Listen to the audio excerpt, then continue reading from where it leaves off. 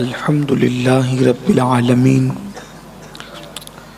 والعاقبۃ للمتقین والصلاة والسلام علی سید الانبیاء والمرسلین وعلی آلہ واصحابہ الطیبین الطاہرین اما بعد فاعوذ باللہ من الشیطان الرجیم بسم اللہ الرحمن الرحیم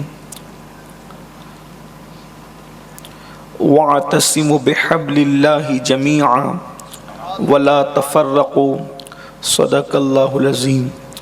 غوث اعظم بمنِ بے سر و ساما مددِ قبلِ دین مددِ کعبہ ایمان مددِ انتظار کرم تست من عینی را اے خدا جو و خدا بین و خدا دا مددِ بگرداب بلا افتادہ کشتی ضعیفان و شکستہ رات و پشتی بحق کے خواجہ عثمان ہارون مدد کن مدد کن مدد کن یا معین الدین چشتی۔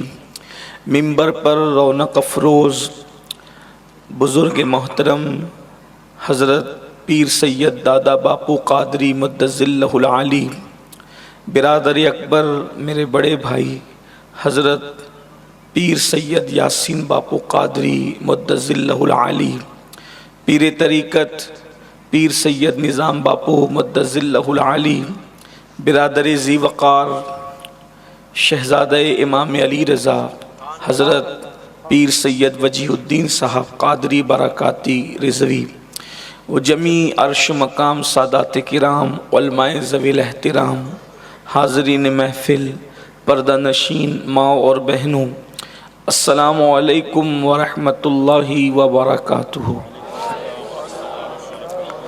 انتہائی احترام و عقیدت کے ساتھ اپنے اور ساری کائنات کے مرکز عقیدت انیس بے کساں چارہ ساز درد منداں، ہم غریبوں کے غم گسار، ہم فقیروں کی ثروت، شہر یار ارم تاجدار حرم نوبہار شفاعت، شب اسرا کے دولہا نوشے بزم جنت، دانائے سبل مولائے کل ختم الرسل، خسرو خوباں سیاح لامکاں وجہ کن فکاں، در اللہ المکنون سر اللہ المخزون، عالم ما کانا وما یکون، آب و گل انبیاء جان و دل اصفیاء، مطلع ہر سعادت مقطع ہر سیادت، خلاصہ کائنات فخر موجودات، حضور احمد مجتبی محمد مصطفیٰ، ارواحنا فدا صلی اللہ تعالی علیہ وآلہ وصحبہ وبارک وسلم کی بارگاہ بے کس پناہ میں جس طریقے سے پڑھاؤں بلند آواز سے میرے ساتھ مل کر پڑھیں۔ الصلاۃ والسلام علیک یا رسول اللہ، الصلاۃ والسلام علیک یا نبی اللہ، الصلاۃ والسلام علیک یا حبیب اللہ، وعلی آلک واصحابک یا نور اللہ، صلی اللہ تعالی علیہ وسلم۔ گزرے جس راہ سے وہ سید والا ہو کر، گزرے جس راہ سے وہ سید والا ہو کر، رہ گئی ساری زمین عنبر سارا ہو کر، رخ انور کی تجلی جو قمر نے دیکھی، رخ انور کی تجلی جو قمر نے دیکھی، رہ گیا بوسدہ نقش کف پاں ہو کر، گوش شاہ کہتے ہیں فریاد رسی کو ہم ہے، وعدہ چشم ہے بخشائیں گے گویا ہو کر، چمن طیبہ ہے وہ باغ کے مرغ سدراب، چمن طیبہ ہے وہ باغ کے مرغ سدراب، برس و چہکے ہیں جہاں بلبل شیدا ہو کر، اور ہے یہ امید رضا کو تیری رحمت سے شہاب، نہ ہو زندانی دوزخ تیرا بندہ ہو کر۔ آج کی یہ محفل آپ سب جانتے ہیں کہ جشن شادی کے موقع پر انعقاد پذیر ہے۔ ماشاءاللہ معزز و مکرم شہزادگان رسول، سادات کرام، علماء کرام کی جلوہ گری ہے۔ آل رسول بھی موجود، نائبین رسول بھی موجود۔ اللہ پاک کی شادی کو خانہ آبادی بنائے، برکتیں عطا فرمائیں۔ غلام محمد بھائی کے بیٹے عرفان سلمہ کی شادی کی خوشی میں یہ محفل ہے۔ بہت سارے عناوین اور مضامین کا احاطہ برادر معظم سید یاسین باپو نے بڑے خوبصورت انداز میں کیا۔ اسی مناسبت سے ان کی باتوں کو سامنے رکھتے ہوئے میں نے قرآن مقدس کی بڑی مشہور و معروف آیہ کریمہ کی تلاوت کی ہے۔ اللہ کے رسول صلی اللہ علیہ وآلہ وسلم کو جوڑنا بہت پسند تھا۔ جوڑنے کو حضور علیہ السلام نے بہت پسند کیا، اور انہیں توڑنا بہت ناپسند تھا۔ ان کو توڑنا اتنا ناپسند تھا کہ انہوں نے درخت کے کچے پھل کو توڑنے سے بھی منع فرمایا۔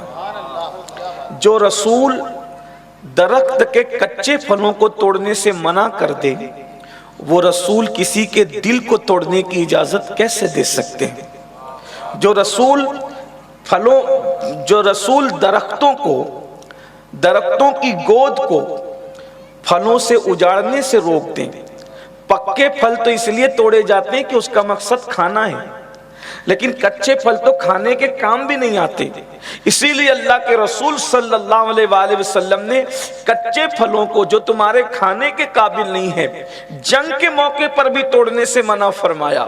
اللہ کے رسول صلی اللہ علیہ وآلہ وسلم کو جوڑنا اتنا پسند تھا کہ اللہ کے رسول صلی اللہ علیہ وآلہ وسلم دلوں کو جوڑنے کے لیے، صلح کرانے کے لیے، ایک دوسرے میں اتحاد پیدا کرنے کے لیے، اللہ کے رسول علیہ السلام سے بڑھ کر نماز کا پابند کون ہو سکتا ہے؟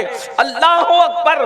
اللہ کے رسول صلی اللہ علیہ وآلہ وسلم نے بعض مرتبہ صلح کی وجہ سے صلح میں اتنا وقت دیا یا اتنا وقت ہو گیا کہ اللہ کے رسول صلی اللہ علیہ وآلہ وسلم کو مسجد نبوی شریف میں پہنچنے میں تاخیر ہو گئی، اور نماز کا وقت آیا تو صحابہ کرام نے جماعت کو کھڑی کر لیا اور جماعت نماز شروع کر دی۔ یعنی اللہ کے رسول صلی اللہ علیہ وآلہ وسلم کو امت کا اتحاد کتنا محبوب تھا۔ اسی لیے اللہ کے رسول صلی اللہ علیہ وآلہ وسلم فرماتے ہیں کہ جو جوڑتا ہے اللہ اسی اپنی رحمتوں سے جوڑتا ہے، جو جوڑتا ہے اللہ تبارک و تعالیٰ اس کو اپنے کرم سے جوڑتا ہے۔ اور میرے آقا صلی اللہ علیہ وآلہ وسلم فرماتے ہیں اگر کوئی توڑے، اختلافات پیدا کرے، نفرت پیدا کرے، تو اللہ کے حبیب علیہ الصلوۃ والتسلیم ارشاد فرماتے ہیں جو میری امت میں انتشار پیدا کرے، جو میری امت کو آپس میں منتشر کرے، جو لوگوں کے درمیان نفرتیں پیدا کرے، جو مسلمانوں میں، مومنوں میں، عاشقان رسول میں نفرت کے بیج بوئے، لوگوں کے درمیان دراریں پیدا کرے، آقا ارشاد فرماتے ہیں وہ شیطان کی اولاد سے، آقا فرماتے ہیں وہ شیطان کی اولاد ہے۔ اللہ کے رسول صلی اللہ علیہ وآلہ وسلم نے اسے شیطان کی اولاد قرار دیا۔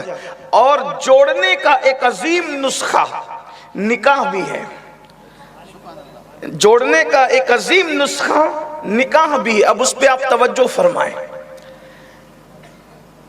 بظاہر ایک لڑکے کا ایک لڑکی سے نکاح ہوتا ہے، ایسے ہی اور ایسے ہی ہوتا ہے۔ ایک لڑکی کا نکاح ایک لڑکے سے ہوتا ہے، دولہا ایک ہوتا ہے، دلہن ایک ہوتی۔ ایک بار درود شریف پڑھنے، ادھر درود شریف پڑھنے سب مل کے بلند آواز۔ اللہ رب محمد صلی اللہ علیہ وسلم نحن عباد محمد صلی اللہ علیہ وسلم صلاۃ و سلام علیک یا رسول اللہ صلی اللہ علیہ وسلم۔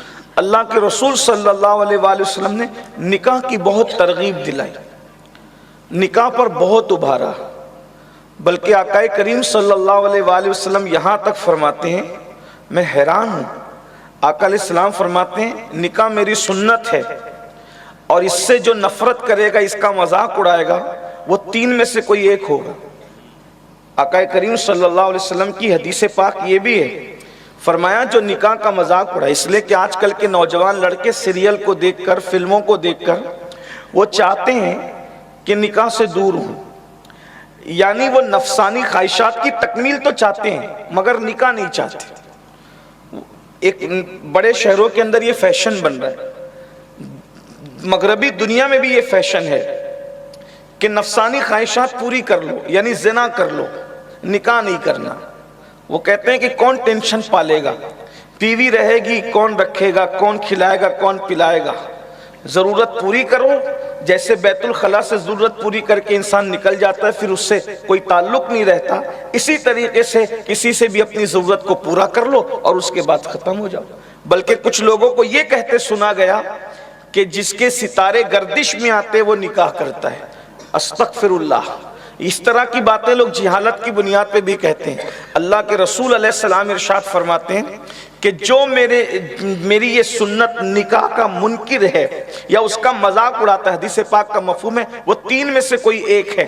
فرمایا یا تو وہ منافق ہوگا، آقا کریم صلی اللہ علیہ وسلم فرماتے ہیں یا تو وہ منافق ہوگا، اور فرمایا یا اس کی اصل میں خطا ہو۔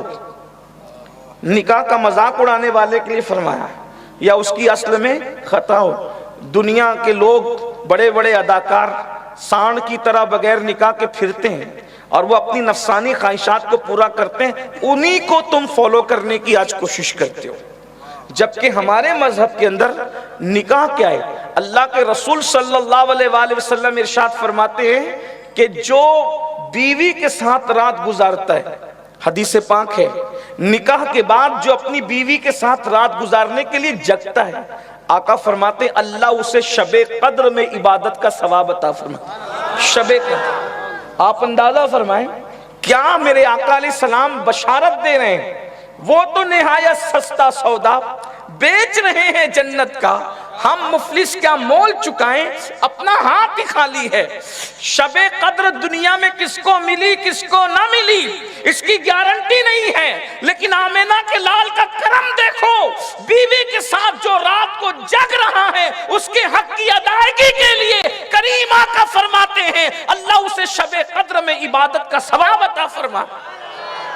اس کا مطلب اگر کوئی روز جگ رہا ہے، اگر کوئی روز جگ رہا ہے بیوی کے حق کی ادائیگی کے لیے، تو گویا اس کی ہر رات شب قدر ہو گئی۔ اب میں اپنے ذوق کے مطابق یہاں بات کروں، کچھ دوست اس کا مزاح بھی کریں لیکن ان کی اپنی طبیعت ہے۔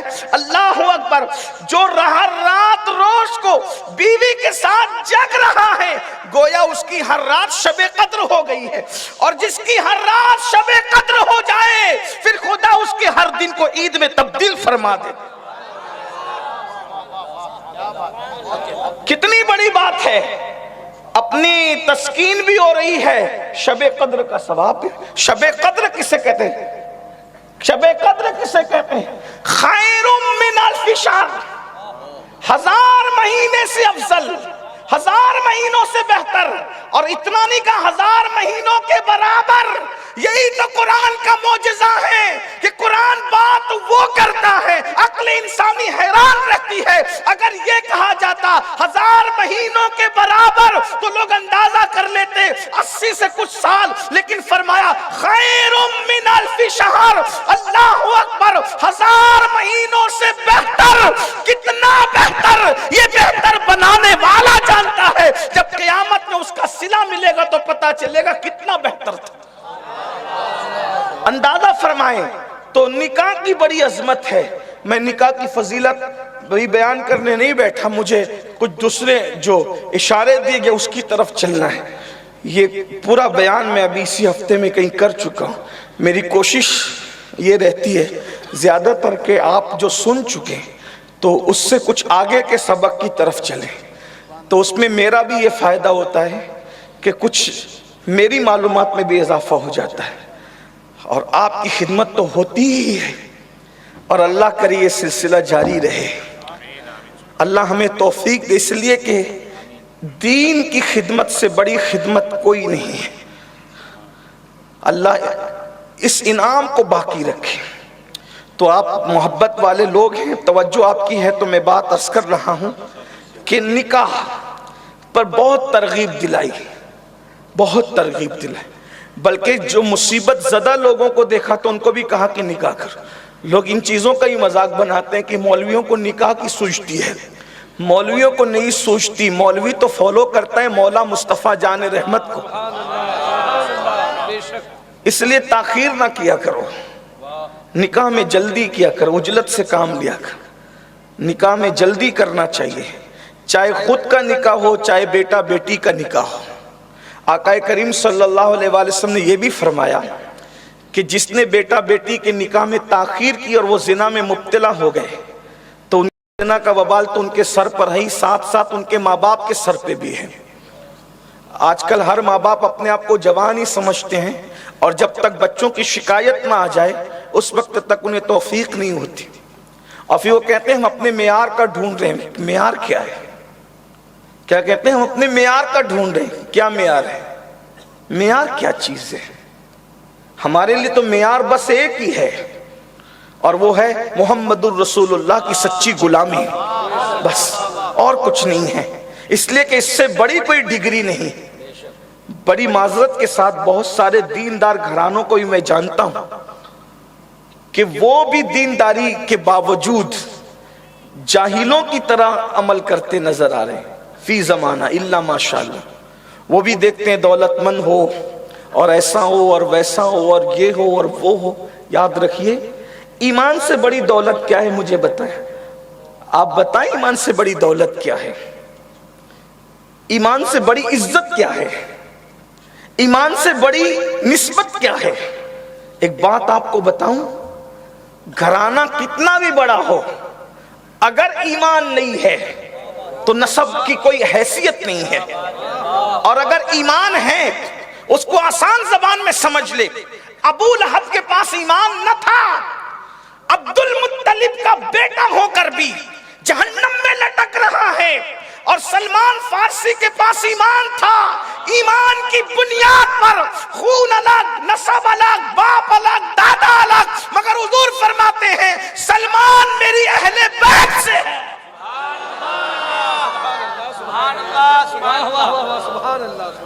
اور سلمان فارسی آئے ہیں، کس انداز سے آئے ہیں مدینہ منورہ؟ سلمان فارسی بحیثیت غلام آئے ہیں، لوگوں کی غلط فہمیاں دور کر دی۔ غلامی نہ دیکھو، ایمان کا رشتہ دیکھو۔ اور فرمایا سلمان محمدی وہ میری اہل بیت سے۔ اس کا مطلب یہ ہے کہ ہم اہل بیت میں جو سب لوگوں کو گنتے ہیں ان میں سے اہل سنت حضرت سلمان فارسی کو بھی اہل بیت میں مانتے ہیں۔ ایرانی اہل بیت میں ہو گیا، فارسی اہل بیت میں ہو گیا، سلمان کے باپ الگ، دادا الگ، اللہ اکبر، ان کے باپ دادا آپ کے پجاری اور مصطفیٰ جان رحمت کے فیملی کا رکن بن گئے۔ یہ اختیارات مصطفیٰ بھی ہیں۔ حضور ابو لہب کو چاہے گھر سے باہر کر دے، سلمان کو چاہے تو اپنی اہل بیت میں داخل کر دے۔ ایمان ہے، ایمان کی نسبت ہے یہ، ایمان کی۔ اور پھر سن لو ایک بڑی بات، صرف سلمان نہیں بلکہ یہاں تک کہہ دیا کہ جو سچا مومن ہے وہ حضور علیہ السلام کی گویا روحانی اولاد ہے، اس لیے کہ جسموں کے باپ آدم ہیں۔ اب توجہ کر لیں پنتھوڑا والوں، توجہ کرو، ایمان کی نسبت کتنی بلندی کی طرف لے جاتی ہے۔ جسموں کے باپ آدم ہیں اور روحوں کے باپ محمد الرسول اللہ ہیں، تو جس جسم میں ایمان کی روح موجود ہے گویا کہ اس کو رسول اللہ سے نسبت حاصل ہے۔ اور کیا نسبت ہے؟ بلکہ آدم کے بھی باپ اگر کوئی ہے روح کے اعتبار سے تو وہ محمد الرسول اللہ۔ اسی کو میرے امام اہل سنت کہتے ہیں، ظاہر میں میرے پھول، ظاہر میں میرے پھول، حقیقت میں میرے نخل۔ گجرات والے ہیں لیکن عشق والے ہیں، شعر سمجھ میں آئے گا۔ میں مولانا ذیشان برکاتی صاحب کی طرح اتنی ہمت نہیں رکھتا کہ آپ کو ہر 2 جملے پہ کہوں کہ بولو سبحان اللہ، نہیں، میری اپنی عادت ہے، میں عشق پہ چھوڑتا ہوں۔ اگر عشق ہوگا تو میرے ساتھ خود ہی مدینے کا سفر شروع ہوگا، نہ میں یوں ہاتھ اٹھاتا ہوں نہ ہاتھ اٹھا کر کے کہہ سکتا میں وہ آدمی نہیں۔ آپ خوشی کا سودا ہے، سبحان اللہ بھی کہنا ہے تو اپنی مرضی سے کہیں، لیکن اتنا ضرور ہے کہ عشق کا امتحان ہے، جس کی عظمت پر پتھر اس کی عظمت پر سنی نہ بولے تو پھر کون بولے گا؟ سبحان اللہ، سبحان اللہ، کیا بات! ظاہر میں میرے پھول، سمجھ میں آتی ہے نا بات؟ حالانکہ یہ اس کا شعر ہے جو ایک سوار علوم و فنون کا ماہر تھا۔ بڑے بڑے شاعر جو وہ دماغ ریزی کرنے کے بعد بھی کہتے ہیں ملک سخن کی شاہی تم کو رضا مسلم۔ بڑی ہستی ہے، بڑی بات ہے، کیا ظاہر میں میرے پھول، حقیقت میں میرے نقل۔ اب پھول کا مطلب تو پھول سمجھ گئے، ظاہر میں حضور آج پھول ہیں آپ، اور حقیقت میں کیا ہے؟ میرے نخل ہیں، یعنی میرا پودا ہے، میں آپ کا پھول ہوں، یہ بتانا۔ ظاہر میں میرے پھول، حقیقت میں میرے نخل، اس گل کی یاد میں یہ صدا بل بشر کی ہے۔ یعنی ہمارے آقا کو آدم کہتے ہیں، آقا حقیقت میں تو آپ میرے باپ ہیں لیکن ظاہر میں آپ میرے بیٹے ہیں۔ اور پھر کیا کہتے ہیں؟ اور بڑے مزے میں کہتے ہیں، یہ شعر پر تو اردو کی عقل بھی دنگ ہے، کیا بات کہی ہے۔ اور پہلے تصوف کی توجہ چاہتا ہوں، کہتے ہیں ان کی نبوت، ان کی ابوت ہے سب کو عام۔ اب لوگ کہتے ہیں نا کہ کیسے کہہ دیا رسول اللہ کو کہ روحانی باپ ہے، تو میں نے جو کہا وہ تو حدیث میں ہے ہی، لیکن اس شعر میں بھی ہے۔ ان کی نبوت، ان کی ابوت، نبوت کہتے ہیں نبی ہونا، اور ابوت کہتے ہیں باپ ہونا۔ ان کی نبوت، ان کی ابوت ہے سب کو عام، یعنی جیسے وہ سب کے نبی ہیں، جیسے وہ سب کے نبی ہیں، ویسے وہ ہر اہل ایمان کے روحانی بابا بھی ہیں۔ وہ کسی کے جسمانی باپ مردوں میں تو نہیں ہے، لیکن وہ روح جو امر ربی ہے، ان کی نبوت، ان کی ابوت ہے سب کو عام۔ حوا عروس کس کے؟ انہی کے پسر کی ہے۔ کہا کہ حوا کس کی بہو ہے؟ محمد الرسول اللہ کی وہ روحانی بہو۔ نعرہ تکبیر، نعرہ رسالت، عظمت مصطفیٰ، سبحان اللہ، سبحان اللہ۔ اب اس سے بڑا احساس کیا ہوگا کہ جس کے پاس ایمان موجود ہے اسے رسول اللہ سے کتنا بڑا رشتہ حاصل ہے، روحانی کتنا بڑا۔ جسمانی نسبی تعلق ہو، نسبی رشتہ خون کا ہو نہ ہو، لیکن ایمان ہے تو روحانی رشتہ کتنا بڑا۔ اور ایک بات کہہ دوں، جسمانی رشتوں کی مالا موت کے بعد کسی کے خون کی رشتے کی ٹوٹ سکتی ہے، لیکن روحانی رشتے کی مالا اتنی مضبوط ہے کہ اسے دنیا کی کوئی طاقت توڑ نہیں سکتی۔ تو ایمان والا ہونے کی وجہ سے معیار کیا ہے سوچئے۔ تو اس لیے ایمان کا رشتہ دیکھو، اور ایمان کا رشتہ بڑا قیمتی، اور یہی رشتہ قیمتی ہے۔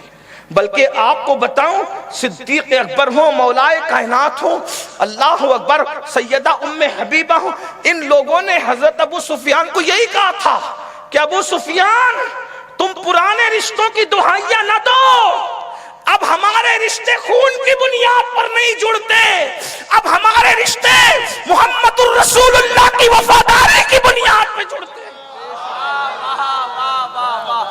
حضور کا وفادار کوئی بھی ہو، چاہے چپل سلنے والا ہو، حضور کا وفادار چاہے کسان ہو، حضور کا وفادار چاہے گلیوں میں جھاڑو دینے والا ہو، حضور علیہ السلام کا وفادار چاہے اللہ اکبر درختوں کو پانی دینے والا ہو، حضور علیہ السلام کا وفادار حتیٰ کہ گلی کا کچرا اٹھانے والا ہو، خدا کے نزدیک اگر وہ رسول اللہ کا وفادار ہے تو سب بھی وی آئی پیوں میں بڑا وہ وی آئی پی ہے۔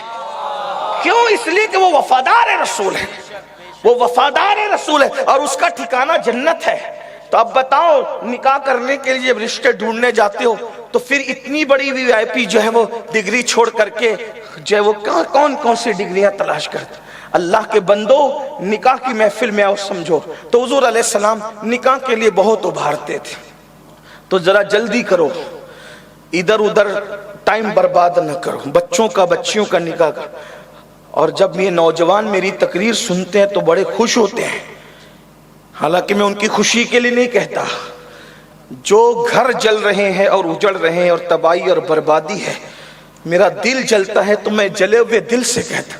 لیکن اپنا حال تو یہ ہے نا, ایسے ہی ہے. پنجرے کا پرندہ دکھ میں چلاتا ہے اور پنجرے کے باہر لوگوں کو لگتا ہے کیا بولی ہے, کیا مزہ آ رہا ہے. یہ مزے کے لیے نہیں ہے. جو حالات ہم دیکھ رہے ہیں اور ہمیں پتہ ہے, اگر وہ حالات تمہیں پتہ چل جائے تو تم بھی اسی طرح چیخو گے. اپنی بیٹیوں کی شادی میں تاخیر مت کرو, برادری کی بنیاد پر تاخیر مت کرو, غربت کی بنیاد. امیری غریبی سب کو لگی ہوئی ہے. میرے بھائیوں, آپ نے لیبیا کے شہزادے کو جس کی بادشاہوں سے دوستی تھی, کیا اس کو کمرے کے اندر غلاظت کی جگہ پر بیٹھ کر کھانا کھاتے نہیں دیکھا؟ یہ دھوپ چھاؤں ہے دنیا, کبھی اس کے آنگن میں کبھی اس کے آنگن. کیا تمہیں نہیں پتا کہ فاتح اندلس, فاتح افریقہ موسیٰ ابن نصیر کو حج کے موقع پہ لوگوں نے بھیک مانگتے دیکھا؟ تمہیں نہیں پتا؟ موسیٰ بن نصیر بھیک مانگتے ہیں. کیا تم نے نہیں دیکھا بہادر شاہ ظفر کو جیل کے اندر, جو 200 ڈشوں سے ناشتہ کرتا تھا تاج محل میں بیٹھ کر؟ اس کی زندگی کا آخری دن یہ تھا کہ اس کو اتنی بھوک لگی تھی, ہاتھ سے اشارہ کچھ کر رہا تھا, منہ سے بول کچھ رہا. بہادر شاہ ظفر کوئی معمولی انسان ہے, باصلاحیت آدمی کا نہیں. آج کل لوگوں کے پاس دولت آتی ہے تو ان کے پاس صلاحیت نہیں ہوتی. میں حیران ہوں, اتنا بڑا بادشاہ ہو کر اس کی شاعری سننے کے بعد حیرت ہوتی ہے کہ کیا اس کے یہاں گہرائی اور گہرائی ہے. یہ معمولی انسان نہیں ہے. اور یہ تک بندیوں والی شاعری کا تذکرہ نہیں کر رہا ہوں, اس کی شاعری کے اندر جو معنویت ہے مجھے حیرت ہوتی ہے. اس لیے کہ غالب اور مفتی صدر الدین آزوردہ اور فضل خیر آبادی کے ہم نشینوں میں تھے بہادر شاہ ظفر. یہ ایک الگ عنوان ہے بہادر شاہ ظفر کی زندگی, میرا عنوان وہ نہیں, لیکن بات آ گئی تو نوجوانوں کو دعوت مطالعہ دیتا ہوں, ذرا ادھر بھی رخ کرنا آپ کو سمجھ میں آئے. تو اللہ اکبر, آخری دن زندگی کا, ہاتھ اشارے کچھ کر رہے تھے, زبان کچھ بول رہی تھی. مورخ لکھتا ہے ہاتھ بہادر شاہ کی زبان کا ساتھ اس لیے نہیں دے رہا تھا کہ اس دن بہادر شاہ اتنے بھوکے تھے کہ ان کی عقل کام نہیں کر رہی تھی بھوک کی وجہ سے. یہ امیری غریبی لگی ہوئے, بڑے بڑے غریبوں کو امیر بنتے دیکھا. تمہیں پتا ہے محمود غزنوی یہ غلام خاندان تھا, غلاموں کی اولاد, غلام خاندان. اور کس کا غلام تھا پتہ ہے؟ سرکار مخدوم اشرف جہانگیر سمنانی کے باپ داداؤں کا غلام تھا یہ خاندان. ہاں, بادشاہ کیوں بن گیا؟ اور بہت دلچسپ بات آ گئی, یہ خاندان بادشاہ کیوں بنا؟ سبکتگین یہ باپ ہیں محمود غزنوی کے باپ ہیں. یہ مزدور آدمی تھے, ایک مزدور تھے. مزدوری میں ایک دن دل میں آیا کہ چلو ہرن کا شکار کرتے. شکار کرنے کے لیے گئے, چھوٹا سا بچہ دیکھا, بچے کو آسانی سے پکڑ لیا. محمود غزنوی کے باپ نے چھوٹا سا بچہ پکڑ لیا, بچہ آسانی سے پکڑا گیا. سامنے سے اس کی ماں نظر آئی دوڑتے ہوئے, تو سوچا ماں کی ممتا کا فائدہ اٹھا لوں گا, ماں کی ممتا کا فائدہ اٹھا لوں گا. ماں دوڑتی ہوئی آ رہی, بچہ دکھا کے ماں کو پکڑ لوں گا. ایسے میں سبکتگین جو ہے, حضرت سبکتگین جو ہے وہ اس کی طرف جب نظر کرتے ہیں تو اس کی آنکھ میں آنسو تھے. دل پسیج گیا, رحم آ گیا. کہا ماں سے بچے کی جدائی اچھی چیز نہیں, اس کو چھوڑ دیا, رحم کرتے چھوڑ دیا. اس کو چھوڑ کے گھر آئے, محنت بہت کر چکے تھے, تھک کے آنکھ لگی تو خواب میں رسول اللہ کا دیدار کیا. غور فرما لیں, ذرا غور کر لیں. نیکی کسی کی ضائع نہیں ہوتی، اللہ کسی کی نیکی کو ضائع نہیں کرتا، اور اللہ رحم کو اور جوڑنے کو تو کبھی ضائع نہیں کرتا۔ یاد رکھنا، نیکی کا صلہ اللہ رب العزت کسی نہ کسی اینگل سے، کسی نہ کسی انداز سے کافر کو بھی عطا کرتا، یہ بات یاد رکھنا۔ ابھی میں اگر وقت رہا تو آگے کھولوں گا اس کو، ٹائم رہا تو، جوڑنے کو، نیکی کو، رحم کو قدرت کبھی ضائع نہیں کرتی، اگرچہ یہ کام کافر کرے، کسی نہ کسی انداز سے قدرت صلہ دیتی ہے۔ تو سبکتگین تو مسلمان تھے، مومن تھے، حضور خواب میں آئے اور سرکار نے فرمایا سبکتگین میں نے تجھے ہرن کے بچے پہ رحم کرتے دیکھا تو میں نے سوچا، حضور علیہ السلام کی بات کا مفہوم پیش کر رہا ہوں، میں نے سوچا کہ تو رحم دل ہے، جب تو ہرن کے بچے پہ ظلم نہیں کرتا تو میرا دل یہ چاہتا ہے کہ اگر میں تجھے بادشاہ بنا دوں تو جو تو نے ہرن کے بچے پہ رحم کیا تھا، کیا تو میری امت پہ بھی رحم کرے گا؟ ہرن کے بچے پہ رحم کرنا مجھے پسند آ گیا، تو میں چاہتا ہوں کہ میں تجھے امت پر بادشاہ بنا دوں، کیونکہ تیرا رحم دل ہے، تو بچے پہ تو نے رحم کیا، یہ پسند آ گیا، اس لیے جا ہرن کے بچے پہ تو نے رحم کیا، میں نے تجھے بادشاہت عطا کر، بس میری امت پہ رحم کرنا۔ رحم اتنی عظیم، ہرن کے بچے پہ رحم کرنے والوں کو بادشاہت مل گئی۔ اگر خلوص تھا دل میں، جو ماں باپ پہ رحم کرے، جو بیوی پہ رحم کرے، جو رشتہ داروں پہ رحم کرے، میں نے ابھی کہا نا کہ نیکی کسی کی ضائع نہیں ہوتی، اگرچہ ہم عقیدے کے اعتبار سے اہل البیت کا رشتہ کسی بھی منکر اسلام سے جوڑنے کے لیے تیار نہیں ہے، لیکن سن لے اس اعتبار سے کہ کافر بھی نیکی کرے تو صلہ ملتا ہے۔ نوشیروان کا نام سنا ہے؟ نوشیروان یہ سیدہ شہر بانوں کے داداؤں میں آتا ہے، اور یہ لوگوں پر بہت رحم کرتا تھا۔ اللہ نے، حالانکہ وہ مسلمان نہیں تھا لیکن رحم لوگوں پہ کرتا تھا، اس رحم کا صلہ قدرت نے یہ دیا کہ اس کی پوتی کو مولائے کائنات کی بہو بننے کا شرف عطا کر دیا۔ دیکھ رحم کا صلہ دیکھیں، رحم کا صلہ دیکھیں، لوگوں کے درمیان اللہ اکبر انصاف کرنے اور عدل کرنے کا، حالانکہ ہم اس کو عادل وادل نہیں کہتے، لیکن ایک بات میں کہہ رہا ہوں، بظاہر عرف میں لوگ جو باتیں کہتے ہیں دیکھا، اور پھر اس کے بعد انعام کیا ملا؟ جب بھی حضرت شہربانوں کا ذکر ہوتا ہے، کہیں نہ کہیں دادا کے اعتبار سے نوشیروان کا ذکر ضرور ہوتا ہے۔ وہ قدرت ہے، انعام تو ملتا ہے، اس لیے رحم بڑی چیز ہے۔ اور آقا علیہ السلام فرماتے ہیں جس پر اللہ خصوصی کرم کرتا ہے اس کے دل میں رحم پیدا کر۔ اب اگر دیکھنا ہے کہ اللہ کا چنندہ بندہ کون سا ہے تو اللہ کے رحم والے بندے دیکھ لو، سمجھ لو کہ یہ چنا ہوا ہے۔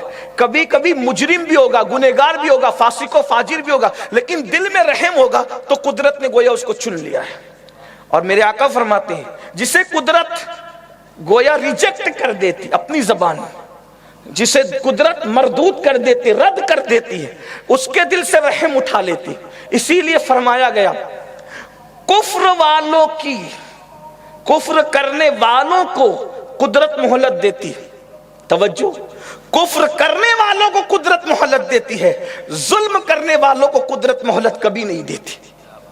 غور فرمائیں تو بات دور نکلی۔ کیا میں عرض کر رہا تھا کہ نکاح جوڑنے کا کتنا بڑا سبب ہے۔ بظاہر نکاح ایک لڑکے کا ایک لڑکی سے ہوتا ہے، لیکن کتنے خاندان ایک نکاح کی برکت سے جڑتے ہیں۔ توجہ کریں آپ، یہی ہے فلسفہ نکاح۔ فلسفہ نکاح یہی ہے۔ کیا؟ دیکھیے مثال کے طور پہ ایک دو خاندان بھی نہیں جڑتے، درجنوں خاندان جڑتے ہیں، سینکڑوں خاندان جڑتے ہیں۔ نمبر ایک، یہ میاں بیوی ہو گئے، دو خاندان تو جڑ گئے۔ نمبر دو، دلہن کا بھائی اور دولہے کا بھائی، وہ آپس میں جڑ گئے۔ وہ بولتا ہے میرے بھائی کا سالہ ہے، وہ بولتی ہے، وہ کہتا ہے کہ میرے بہن بھائی کا بھائی ہے۔ دیکھ رہے رشتہ۔ پھر اس کے بعد اس کا سمدھی، اس کا سمدھی، اس اعتبار سے جڑتے ہیں یہ میرے سمدھی کا سمدھی ہے۔ دیکھ رہے ہیں آپ۔ اس کے بعد پھر اس کی بہن جہاں گئی ہے اس سے بھی رشتہ جڑتا ہے. کیا کہا؟ یہ میری بھابھی کی بہن کا خاندان ہے. دیکھ رہے ہیں آپ کتنے رشتے جڑتے ہیں اور رشتوں کی ایک چین بنتی ہے. یعنی کہ ایک نکاح صرف نکاح نہیں ہے بلکہ سینکڑوں دلوں کو جوڑنے کا سبب ہے. یہ تو رشتے جڑے. نمبر 2، ہمارے یہاں نکاح چھپ کے نہیں ہوتا بلکہ اپنے ذوق کے مطابق کہہ دوں کہ شریفوں کا نکاح چھپ کے نہیں ہوتا. شریف لوگ چھپ کے نکاح نہیں کرتے.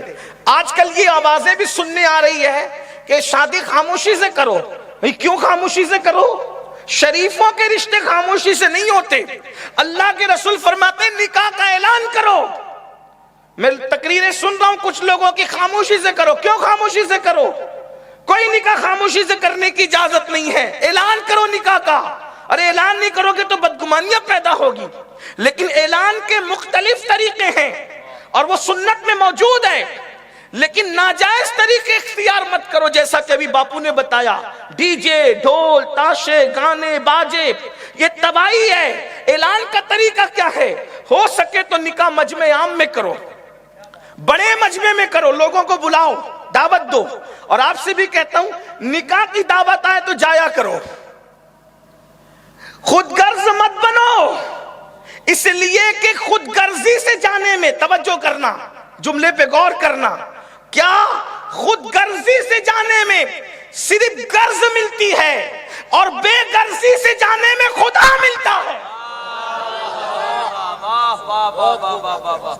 اگر آپ خود غرضی سے مراد میرا تجارت کا معاملہ ہے، خود غرضی ہے، جانا ہی ہے مجھے، تجارت کا فائدہ ہوگا. میرے تعلقات کا معاملہ ہے، تعلقات پورے ہوں گے، ذاتی فائدہ ہوگا، لیکن کوئی مفاد نہیں. صرف اللہ کے لیے بے غرضی سے کہیں گئے. کس لیے؟ شادی میں شرکت کے لیے، میت میں شرکت کے لیے، ملاقات کے لیے. حدیث پاک میں آتا ہے ایک بندہ دوسرے بندے سے ملنے کے لیے اپنے گاؤں سے دوسرے گاؤں کا سفر کرتا ہے. اللہ فرشتے سے کہتا ہے جا کے اس سے پوچھ وہ سفر کیوں کر رہا ہے، وہ دوسرے مومن بھائی کے پاس کیوں جا رہا ہے. فرشتے نے پوچھا کیوں جا رہے ہو؟ تجارت ہے؟ نہیں. تعلقات ہے؟ نہیں. کام ہے؟ نہیں. کہا کچھ کام نہیں ہے، اپنے اس بھائی سے ملنے صرف اس لیے جا رہا ہوں تاکہ اس کو خوش کر دوں، اس کو راضی کر دوں. اللہ اکبر. اللہ راضی ہوگا، وہ راضی ہوگا. تو اس کے بعد اس نے کہا میں انسان نہیں فرشتہ ہوں. اللہ کا ارشاد ہے کہ جو بغیر کسی غرض سے کسی سے ملنے جاتا ہے اس کو خوش کرنے جاتا ہے، اللہ فرماتا ہے میں نے اپنے کرم سے واجب کر لیا کہ میں اس کو اپنا محبوب بندہ بنا لوں. شادیوں میں شرکت کیا کرو، میتوں میں شرکت کیا، ٹائم نکالا کرو. آج لوگ کہتے ہیں ٹائم نہیں ہے. میرے بھائیو تم دوسروں کی میت میں نہیں جاؤ گے تو تمہاری میت میں کون آئے گا؟ تم دوسروں کی شادی میں شرکت نہیں کرو گے تو تمہارے گھر کی شادی میں کون آئے گا؟ اور شادی میں شرکت اور میت میں شرکت کی برکت کیا ہے؟ برسوں برسوں جو رشتہ دار نہیں ملتے وہ شادی کی نکاح کی برکت سے مل جاتے. چلے دور کیوں جاتے ہیں؟ اتنے سارے علماء اور سادات کو آپ یہ پنتھوڑا میں کہاں ڈھونڈتے پھریں گے؟ ایک نکاح کی برکت یہ ہے اتنے سارے نورانی چہروں کی آپ زیارت کر رہے ہیں. دیکھ رہے ہیں کوئی غوث پاک کا شہزادہ، کوئی امام علی رضا کا شہزادہ، کوئی امام موسیٰ کاظم کا شہزادہ. نسبتیں تو دیکھیں، اور کل ملا کر سارے شہزادگان مولا علی کے شہزاد. اتنے بڑے بڑے علماء جن کے چہرے کی زیارت پہ اللہ ثواب عطا فرماتا ہے. اللہ اکبر. نکاح کی برکتیں. لیکن اب بات کو سمیٹنا تو کہیں ہوگا، اختتام کی طرف چل. اب یہ جو نکاح ہے اس نے جوڑ تو دیا، لیکن اب اس جوڑ کو قائم رکھنے کے لیے، اتحاد کو قائم رکھنے کے لیے ہمیں قربانیاں دینی ہوتی. لوگ رشتوں کو قائم نہیں رکھ پاتے. ایک بہت بڑے بزرگ نے مجھے نصیحت کی تھی، کہا کہ بیٹے تعلق سب سے رکھنا، رشتے اتنے ہی بنانا جتنوں کو تم نبھا سکو. ہاں، کیونکہ انہوں نے کہا تھا میں دیکھ رہا ہوں کہ اللہ تجھے بہت دور تک پہنچائے گا. تعلق سب سے رکھنا، رشتے مت بنانا زیادہ، جتنا نبھا سکتا اتنا ہی. اس لیے کہ قیامت کے دن رشتوں کے بارے میں پوچھا جائے. رشتے بنانا آسان ہے، رشتے نبھانا مشکل ہے. اور ہم لوگ رشتے بناتے بہت ہیں اور رشتے نبھاتے نہیں. ایک بات اور آگے بڑھ کے کہہ دوں، رشتے کون کون سے بناتے ہو؟ کوئی کالج کا دوست ہے، بولا تو میرا بھائی میں تیرا بھائی، اس کو نبھانے کے لیے بہت قربانی دو گے، ہے نا؟ کسی لڑکی کو دوست بنا لیا، اس کو نبھانے کے لیے بہت قربانی دو گے، ٹھیک؟ یہ رشتے کس نے بنایا؟ آپ نے۔ اور سگا بھائی، عید کے دن اس کے یہاں کپڑے بھی نہیں بنے، اس کا کوئی پرسان حال ہے؟ ماں پھٹے پرانے کپڑے پہ پریشان ہے، جس سے تم نے رشتہ بنایا تھا وہ آوارہ لڑکی، اس کو تو موبائل بھی گفٹ کر رہے ہو، اسے تو عید میں کپڑے بھی دے رہے ہو، اس کو تو مسکے بھی لگا رہے ہو، اور وہ ماں جس کے بطن سے پیدا ہوئے اس کے لیے کیا کیا؟ کسی بہت بڑے مفکر نے بہت خوبصورت بات کہی تھی کہ جو رشتے تو بناتا ہے اس کو نبھاتا ہے، جو رشتے اللہ نے بنائے اس کو کیوں نہیں نبھاتا؟ دیکھ لو ماں کے ساتھ کیا رشتہ ہے، بھائیوں کے ساتھ کیا رشتہ ہے، دوستوں کے ساتھ کیا رشتہ ہے، خالاؤں کے ساتھ کیا رشتہ ہے، ماموں کے ساتھ کیا۔ میں تو کہتا ہوں جو ماں باپ کی قدر نہیں کرتے وہ خالہ ماموں کی کیا قدر کریں گے؟ ایک مرتبہ حضرت عبداللہ ابن عمر کو کسی نے دیکھا کہ عبداللہ ابن عمر نے ایک دیہاتی بوڑھے کو اپنی سواری میں بٹھا لیا، اور عبداللہ ابن عمر تھے بہت بڑے آدمی، اتنے بڑے آدمی تھے، صحابہ میں مفتی اور فقیہ تھے وہ عبداللہ ابن عمر رضی اللہ تعالی، صحابہ میں مفتی اور فقیہ تھے، اپنی سواری پر بٹھا لیا تو کسی نے کہا ابن عمر یہ دیہاتی سر پہ کپڑا باندھا ہوا، اس کے جبے اور کپڑے سے تو پسینہ بہ رہا ہے، ٹپک رہا ہے، آپ نے بٹھا لیا؟ کہا میں یہ سب نہیں دیکھتا۔ کہا کیوں؟ کہا یہ میرے ابا فاروق اعظم کا دوست تھا، اور اگر باپ کی روح خوش کرنا ہے تو باپ نے جن جن کو چاہا ان کو چاہنے سے باپ کی روح خوش ہوتی ہے دنیا سے یعنی سوچو، باپ کا بھائی نہیں ہے، باپ کا باپ دادا نہیں ہے، باپ کا رشتہ دار نہیں ہے، صرف میرے بابا سے اس دیہاتی کی دوستی تھی، اب بابا دنیا سے چلے گئے تو بابا کے دوستوں کو اس لیے رسپیکٹ کر رہا ہوں تاکہ میرے بابا کا دل قبر میں خوش ہو جائے۔ یہ ہے۔ اب بتاؤ جو مذہب باپ کے دوستوں کی اتنی عزت سکھاتا ہو وہ مذہب باپ داداؤں کی کتنی عزت سکھاتا ہوگا، وہ مذہب چچا تایا کی کتنی عزت سکھاتا۔ آپ کو پتہ ہے، آئیے اس اینگل سے ایک بات سن لے اب آپ، مولائے کائنات، ساری کائنات جس کی تعظیم کرے، جو سارے مومنین کا مولا ہے، حضور نے فرمایا من کنت مولاہ فہذا علی مولا، جس کا میں محبوب ہوں علی ان سب کا محبوب ہے۔ رسول اللہ کو جس نے محبوب مان لیا اس نے مولا علی کو محبوب مان لیا۔ جس کا میں محبوب ہوں، مولا کا معنی یہاں محبوب ہے، اور اس لیے محبوب میں کہہ رہا ہوں کیونکہ آگے کا حدیث کا ٹکڑا بالکل واضح کر رہا ہے کیا اللہم وَعَلِ مَنْ وَعَلَاهُ وَعَادِ مَنْ عَادَاهُ، اے اللہ جو علی سے محبت کرے تو اس سے محبت کر، اور جو علی سے دشمنی کرے تو اس کو اپنا دشمن بنا لے۔ واضح ہو گیا؟ آگے حدیث کا ٹکڑا بالکل واضح کر رہا ہے یہاں محبوب، اور اگر محبوب مانا کر لو تو سارے جھگڑے بھی ختم ہو جاتے۔ کیوں؟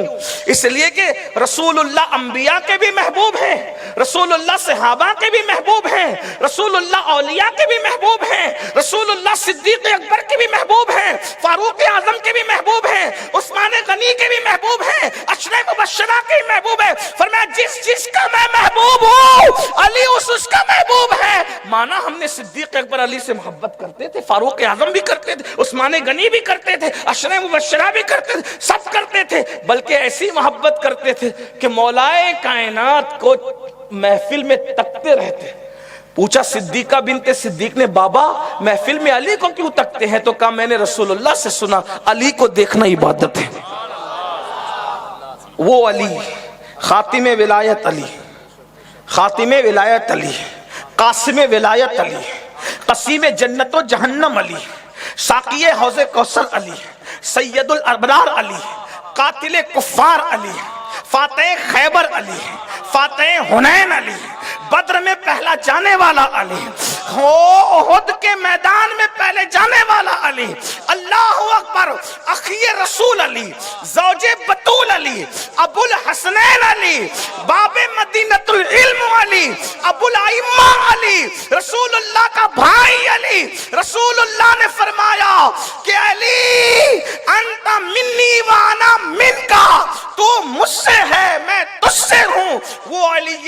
حمزہ حضرت عباس کے ہاتھ چومتے ہیں اور ہاتھ چوم کر کبھی پیر چومتے ہیں تو کسی نے دیکھ کر کہا علی عباس کے ہاتھ پیر چومتے ہو؟ حالانکہ روحانی مرتبے کے اعتبار سے مولائے کائنات کا مرتبہ افضل ہے، حضرت روحانیت کے تھے، عقیدے کے اعتبار، مذہب کے تھے، لیکن مولا علی ہاتھ چوم رہے، کس کے؟ حضرت عباس کے۔ تم عباس کے ہاتھ چومتے ہو، کبھی پیر بھی چومتے ہو؟ ہاں، کیوں؟ کہا یہ میرا چچا ہے، اور چچا کا مرتبہ باپ کے برابر ہوتا ہے۔ غور فرمائیں، غور کریں، مولا علی چچا کے غور کریں، ہاتھ چوم رہے، چچا کہاں ہے؟ آپ کے چچا جان کے ساتھ آپ کا سلوک کیا ہے؟ کہاں ہے؟ رشتے توڑ بیٹھے ہو اور سوچتے ہو صرف نماز پڑھ کے جنت میں جائیں گے۔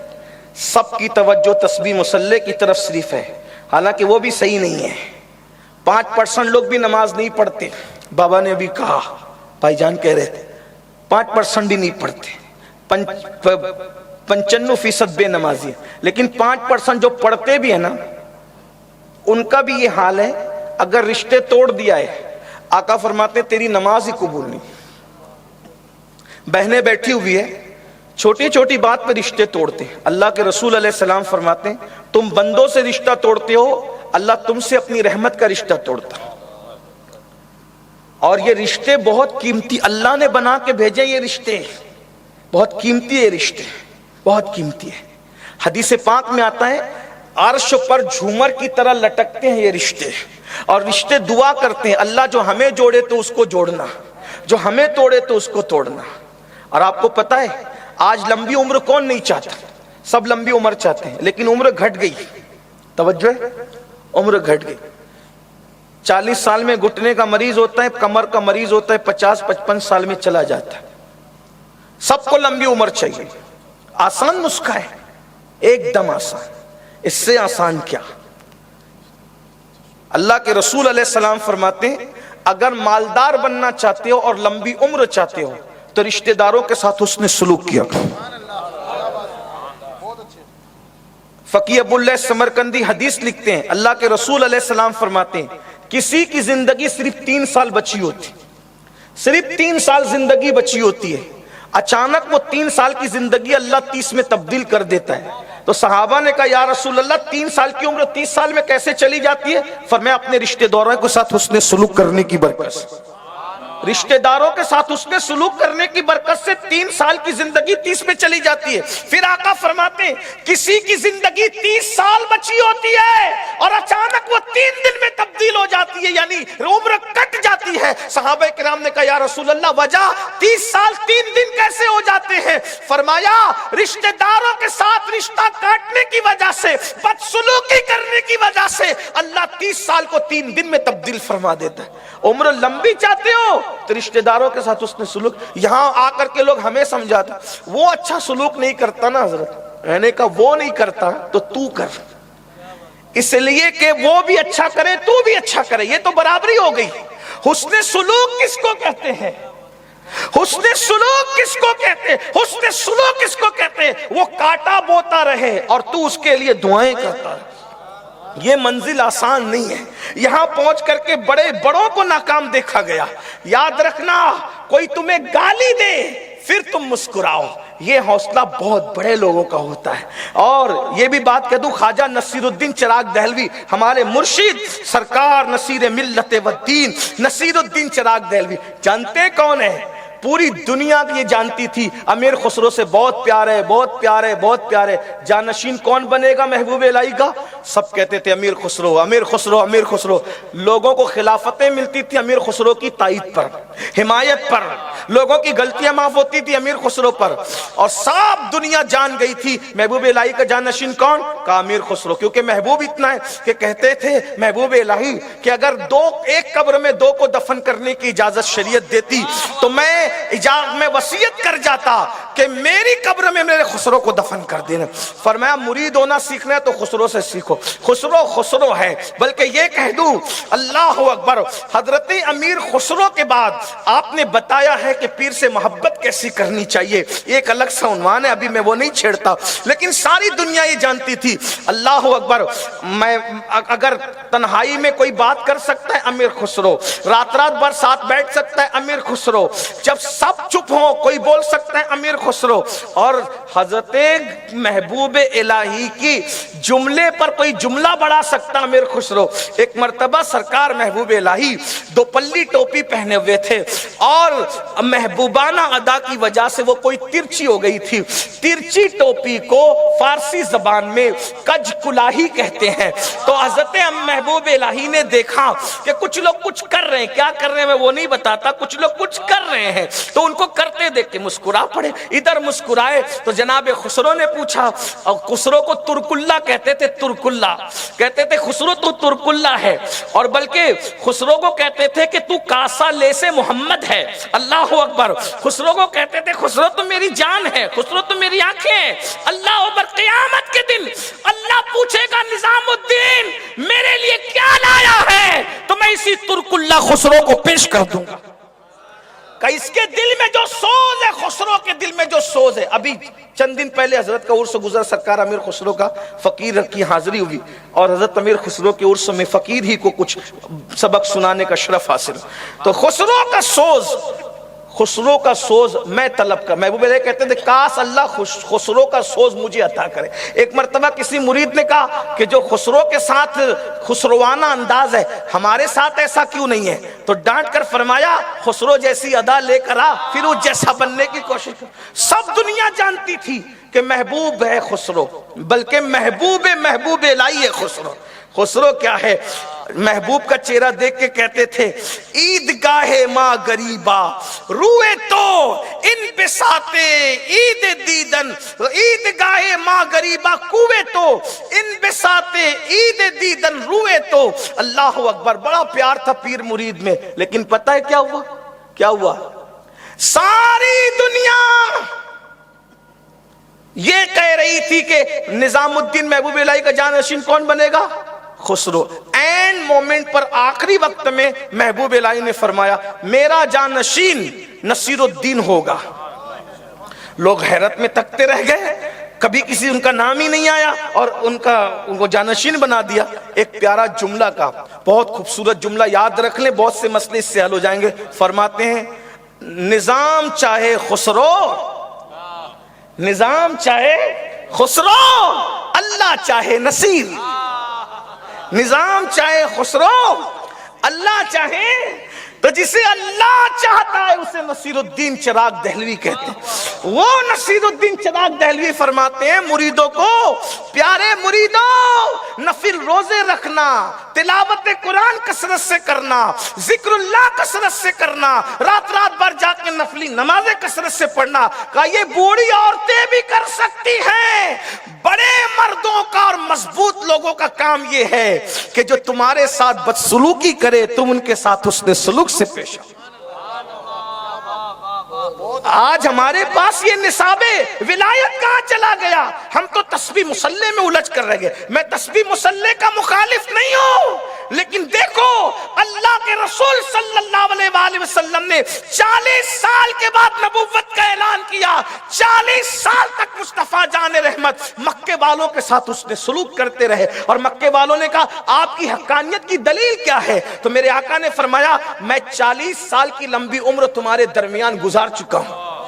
حضور علیہ السلام نے اللہ کی وحدانیت پر آسمان کو، زمین کو، چاند کو، سورج کو، ستاروں کو، سیاروں کو دلیل کے طور پہ پیش نہیں فرمایا، بلکہ اپنے حسن اخلاق کو دلیل کے طور پہ پیش فرمایا، اپنی زندگی کو جو وہ پیش فرمایا۔ تو یاد رکھنا، تہجد گزار بن جاؤ، نفل روزے نمازیں کچھ بھی کر لو، اگر حسن سلوک نہیں کرنا جانتے لوگوں کے ساتھ، اللہ کے ولی نہیں، سب کچھ بن سکتے ہو، اللہ کے ولی نہیں بن۔ یہاں تو ناک پہ مکھی نہیں بیٹھنے دیتے، حال یہ ہے، حال یہ۔ حسن سلوک کا اخلاق کہاں ہے، کردار کہاں ہے؟ چچا سے نہیں بنتی تایا، دعائیں کہاں قبول ہوگی؟ لوگ کہتے ہیں پہلے تو ہم بارش کے لیے جاتے تھے اور بھیگ کر آتے تھے. اب اتنی دعائیں ہوتی, 3 دن استسقا ہوتی ہے, بارش نہیں ہوتی. کیوں؟ جو پڑھا رہا ہے وہ اس کے دل میں خود بغض ہے, چچا کے لیے, پھپھیوں کے لیے, پڑوسی کے لیے, اس کے لیے, اس کے لیے. تو دعا کہاں؟ آقا فرماتے سر کے اوپر بھی نہ جائے گی دعا. سجدوں کے اثر چہرے پہ کہاں ہے؟ یہ بھی کہہ دوں, وہ لوگ پڑھے لکھے کم تھے مگر ان کے دل صاف تھے, ان کے اخلاق اچھے تھے, ان کے کردار اچھے تھے, رشتے نبھاتے تھے. وہ لوگ رشتے نبھاتے تھے. آج ہم رشتے کہاں نبھا رہے ہیں؟ دور نکل گئی بات, رشتے تو توڑ رہے ہیں. بہت اچھی بات ایک یاد آئی, ایک صوفی کی کتاب پڑھ رہا تھا, اس میں انہوں نے لکھا, یاد رکھ, اگر دشمن برا سلوک کرے تو اتنی تکلیف نہیں ہوتی, اپنے برا سلوک کرے تو بہت تکلیف.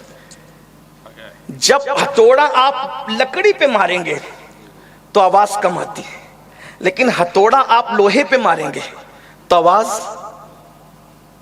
تجربے کی بات ہے کہ نہیں؟ ہتھوڑا لکڑی پہ مارو تو آواز کم آئے, اور ہتھوڑا لوہے پہ مارو تو آواز زیادہ آئے. ایک دن لکڑی نے لوہے سے کہا, اے لوہے, تجھ پہ ہتھوڑا پڑتا ہے تو اتنی آواز مجھ پہ پڑے تو نہیں آتی, تجھ پہ پڑے تو زیادہ آتی ہے, وجہ؟ تو لوہے نے جواب دیا, جب اپنا اپنے کو اذیت دیتا ہے تو دکھ زیادہ ہوتا ہے, اس لیے کہ ہتھوڑا بھی لوہا ہے اور لوہا بھی لوہا ہے. تو کہا جب اپنا اپنے کو دکھ دیتا ہے تو تکلیف زیادہ ہوتی ہے. مسلمانوں کہاں سردار بننے کا شوق سب کو ہے, لیکن صلح کرانے کی بجائے لڑا رہے ہیں. آقا نے کیا فرمایا؟ میرا یہ بیٹا حسن سید ہے. ابھی آپ نے سنا, مطلب سید کا مطلب سردار. میرا یہ بیٹا سردار ہے. سردار, سردار کا کام کیا ہے؟ لڑائی لگانا. سردار کا کام کیا ہے؟ لڑائی لگانا. سردار کا کام کیا ہے؟ فتنے پیدا کرنا. سردار کا کام کیا؟ آقا نے فرمایا میرا یہ بیٹا سردار ہے, سید ہے. کیوں؟ مسلمانوں کے 2 گروہ میں صلح کرے. توجہ کرے, اگر سردار بننا ہے, قوم کا سردار, تو لوگوں میں صلح کرو, لوگوں میں پیار پیدا کرو. بات کو ختم کرتے کرتے اب بات اینڈ کی طرف جاتی ہے. لوگ ہمارے ساتھ اچھا سلوک نہیں کرتے, آپ کیجئے. آقا علیہ السلام فرماتے ہیں مجھے میرے اللہ نے 3 باتیں سکھائی. نمبر 1, جو تجھ سے دور بھاگے تو اس کے قریب جا, جو تجھ سے قریب جا. جو تجھے توڑے تو اس کو جوڑ, جو تجھے محروم کرے تو اس کو عطا کر. اب اس کی مثال سن لے اور بات ختم کرتا ہوں. باپ کا قاتل بھی اگر معافی مانگنے کے لیے آئے تو مسلمان کو چاہیے کہ معاف کر دے. کچھ لوگ کہتے ہیں میں معاف نہیں کروں گا. آقا فرماتے ہیں جو اللہ کے بندوں کو معاف نہیں کرتا اللہ اس کو بھی معاف نہیں کرے گا. شادی میں دعوت لیٹ پہنچی, اس سے رشتے ٹوٹتے ہیں, تھوڑی تھوڑی بات پہ رشتے ٹوٹتی ہیں. وہ جہالت ہے, سب جہالت میں ڈوبے ہو. حضور رشتے بنانے کے لیے آئے تھے, رشتے بتانے کے لیے آئے تھے.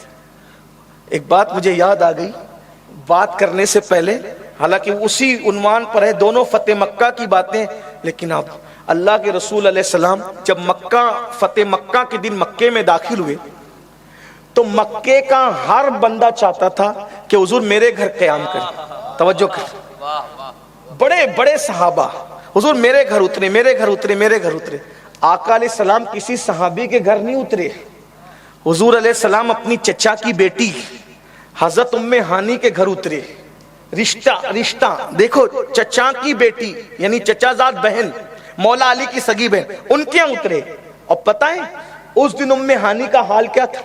جب ام ہانی کے گھر اترے تو ام ہانی سے کہا ام ہانی مجھے بھوک لگے, کچھ کھانے کو ہے؟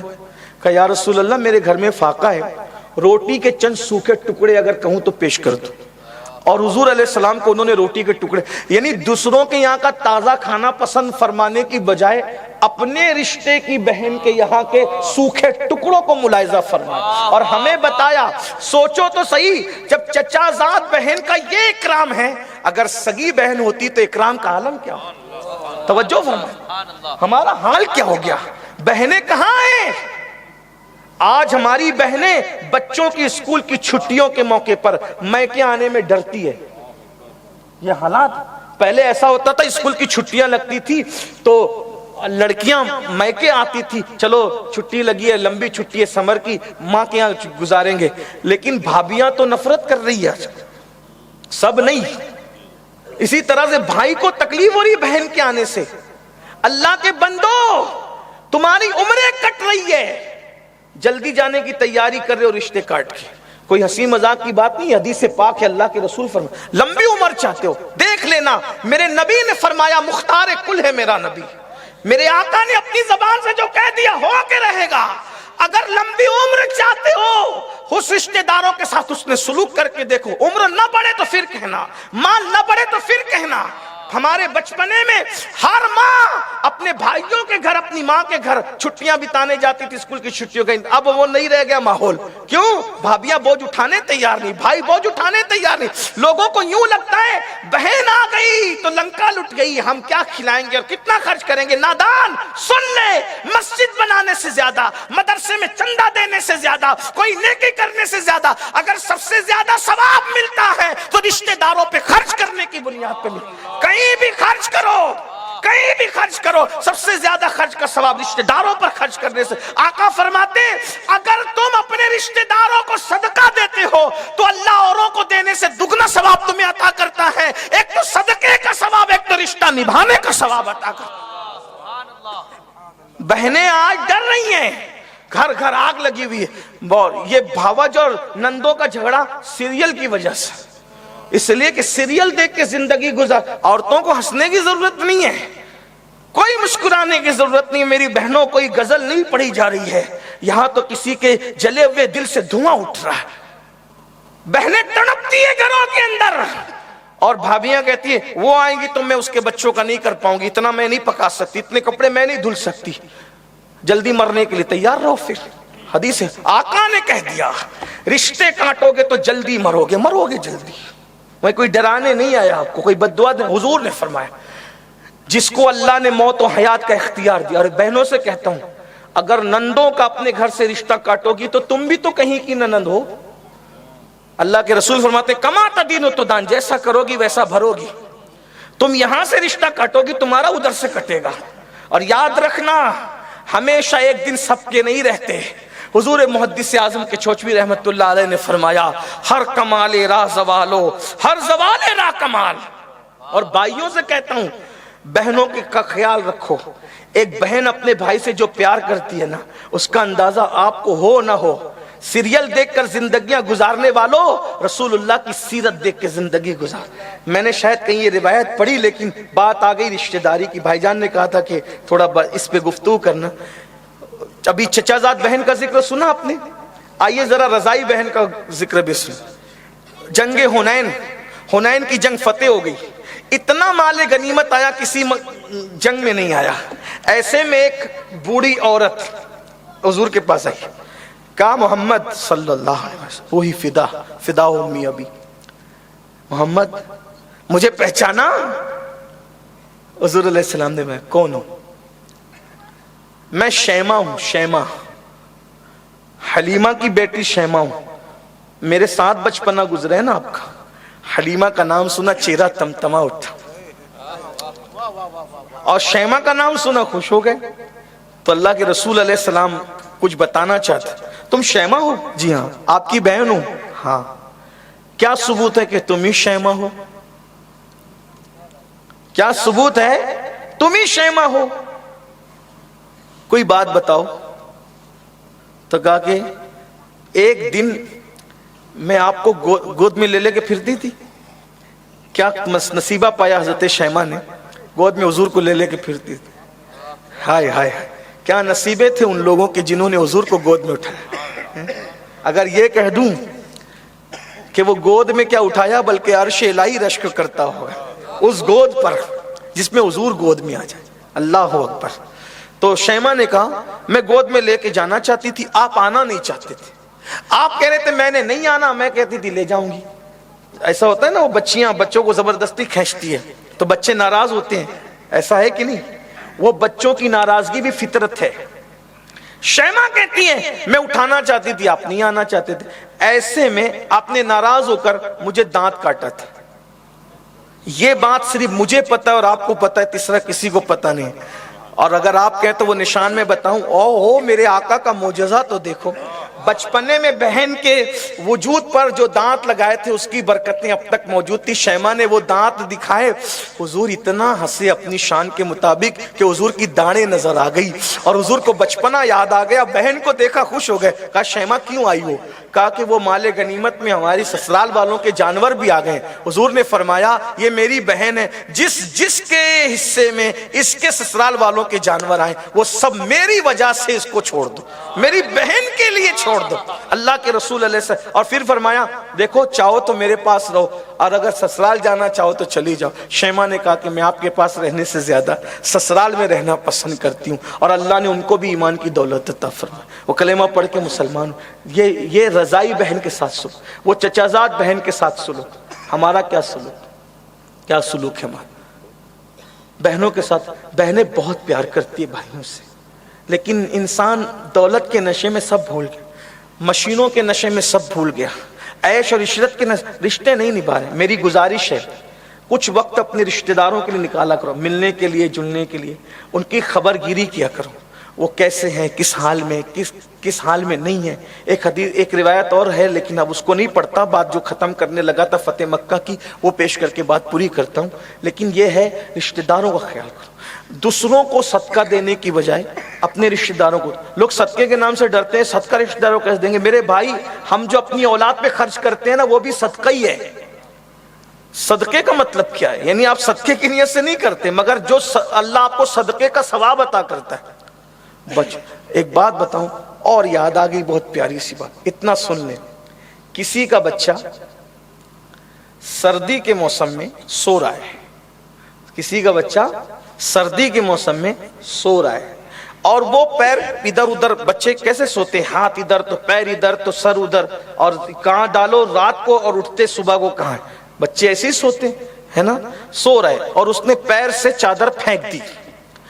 باپ کی اچانک آنکھ کھلی یا ماں کی, اس نے شفقت کی وجہ سے کہ اللہ نے مجھے صلہ رحمی کا حکم دیا, وہ چادر اٹھا کے اپنے بچے پہ ڈال دی. صوفیہ فرماتے اسی پر اس کی مغفرت ہو جاتی.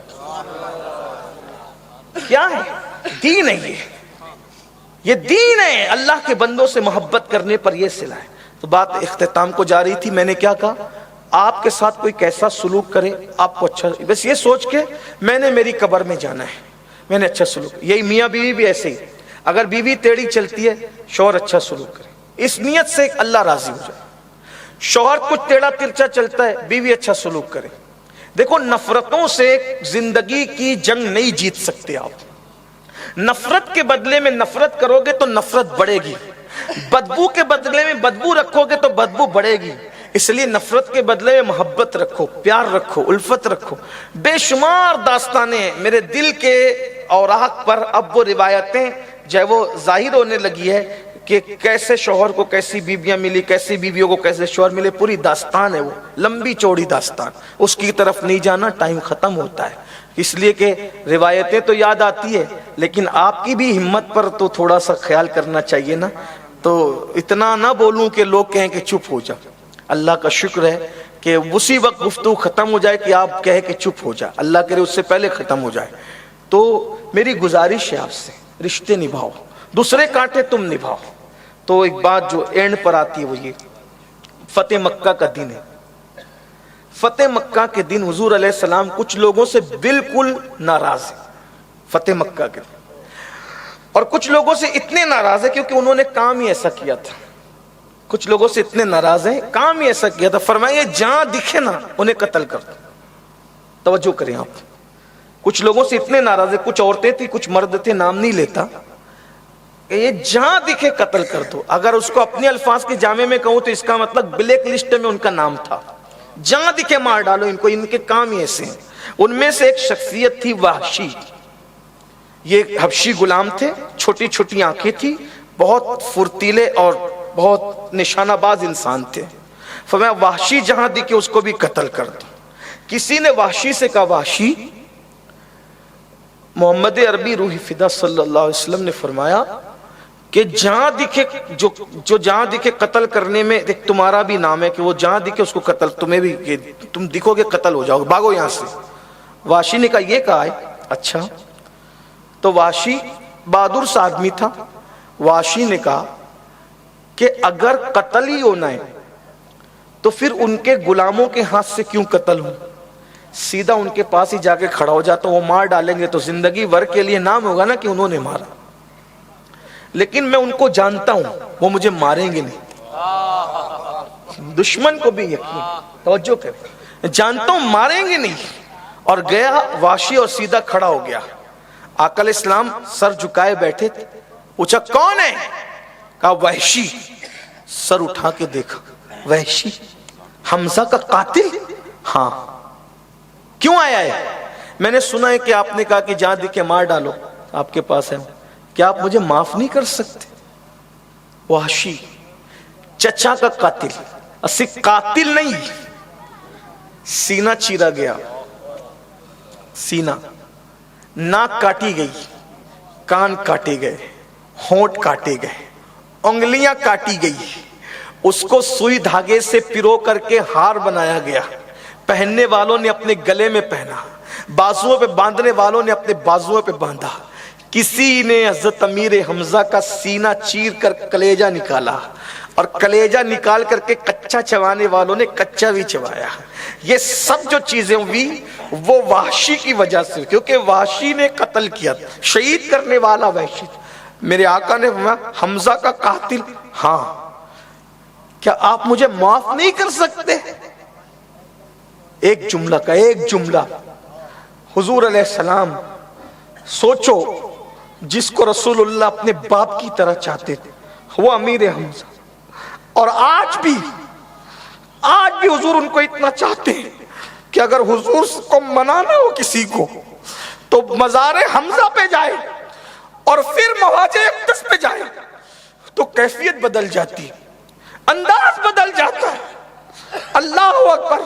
حضور کے رضائی بھائی بھی تھے، وہ حضور سے بہت پیار کرتے تھے، حضور ان سے بہت پیار کرتے تھے، مگر وحشی نے کہا اے محمد صلی اللہ علیہ وسلم آپ مجھے معاف نہیں کر سکتے۔ حضور نے رکے بغیر، توقف کیے بغیر، شرط لگائے بغیر، یہ میرے نبی کی شان ہے، رحمت للعالمین کے امتیوں، میرے نبی کی، فرمایا جا معاف کر دوں گا، بس کلمہ پڑھ کے مسلمان ہو جا، کلمہ پڑھ لے، معاف کر دیا۔ وحشی ہوشیار آدمی، کلمہ پڑھ لوں گا آپ معاف کر دیں گے، اگر آپ کا اللہ معاف نہ کرے تو میرا کیا ہوگا؟ فرمایا واللہ اگر میں معاف کر دوں گا تو میرا اللہ بھی معاف کر دے۔ غور فرما، حضرت وحشی کو معافی کی ضمانت دی، اور اس کے بعد پھر وحشی کو اتنا ہی نہیں، اپنے پاس بلا کر بٹھایا، اور بلا کر کے بٹھا کے کہتے ہیں وحشی مجھے بتانا کہ تو نے حمزہ کو کیسے مارا، تو نے میرے چچا حمزہ کو کیسے مارا تھا؟ وحشی نے کہا حضور معاف رکھے، کہ میں سننا چاہتا ہوں تو نے کیسے مارا تھا میرے چچا کو۔ وحشی نے پورا واقعہ بتایا، سن رہے تھے، رو رہے تھے، داڑھی آنسوؤں سے تر ہو رہی تھی۔ جب پورا واقعہ وحشی بیان کر چکے، کہا وحشی تجھے معاف کیا، میرے سامنے مت آنا، اگر تو میرے سامنے آئے گا میرے چچا کی شہادت مجھے یاد آئے، لیکن معاف کیا، چچا کے قاتل کو معاف کیا۔ اور پھر وہی وحشی حضور نے جب معاف کیا، سچے مسلمان بنے، سچے مومن بنے۔